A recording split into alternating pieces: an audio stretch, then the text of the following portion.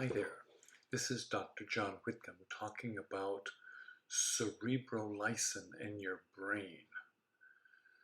Now, cerebrolysin isn't a peptide that's being manufactured like many of other peptides.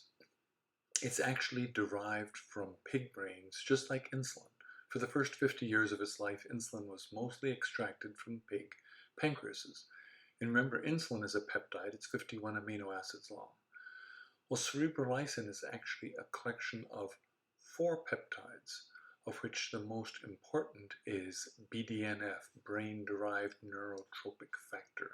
But there's also CTNF and neurotropic growth factor, NGF, which actually earned a Nobel Prize way back in the 50s.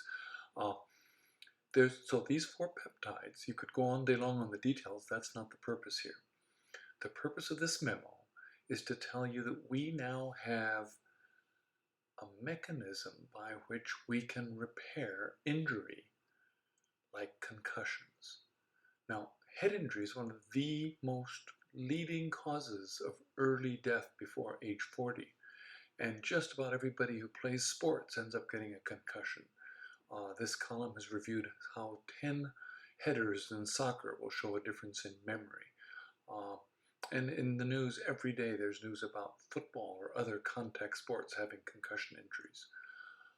But cerebrolysin contains the neurotropic factors that help your brain to re-hook up after trauma. So when you have a shock wave from a concussion, that instantaneous shock wave disconnects some of the trillions of connections between every nerve cell in your brain. And there's just there's trillions of them. And that's what the basis of what we call memory. We have yet to figure out quite the nuance of all of it, but we know that's the basis of it. And certainly one of the hallmarks of a concussion is that people lose their memory and can't remember what happened.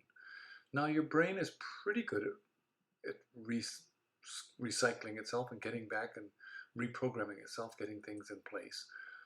But we now know that concussions can be helped immeasurably with cerebrolysin. The tricky thing is it takes an injection with a syringe. It takes a cc, but you can inject into tummy fat. There's also emerging literature that cerebrolysin is good with Alzheimer's.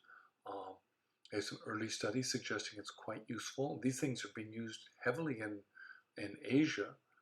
It's not really caught on yet in America. But I currently have one person who's getting cerebrolysin every single day for a concussion. It was 10 days later and he still couldn't remember the events of the day before. So we started him on cerebrolysin. I have several clients who have Alzheimer's, a couple who have Parkinson's, who are trying it to see if they can get better. And I think we're going to find what the dose might be and what the interval might be. But these are neurotropic factors that are in the normal human brain.